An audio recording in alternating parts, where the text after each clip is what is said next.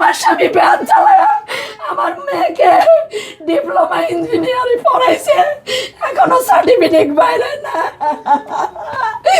আমার মেয়েকে বলছি তুমি 2 বছর চাকরি করবা, তোমার 2 বছর চাকরির পয়সা দিয়ে তুমি চাকরি করলে তুমি ভালো লেভেলের একটা ছেলে পাবা। তুমি ডিপ্লোমা ইঞ্জিনিয়ার, তুমি একটা ইঞ্জিনিয়ার ছেলে বিয়ে করবা, কিংবা তোমাকে আমরা ভালো ছেলে দেখে বিয়ে দিব। তুমি 2 বছর চাকরি করবা। হ্যাঁ মা, আমি 2 বছর চাকরি করব।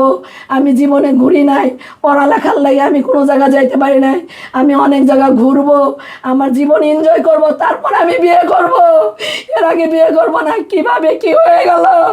আমার মেয়ে আজকে 5 মাসের ভিতরে সংসার জীবন থেকে ইতি নিছে, আমার জীবন থেকে ইতি নিছে। আমি কিভাবে সহ্য করি? আমি কিভাবে সহ্য করে?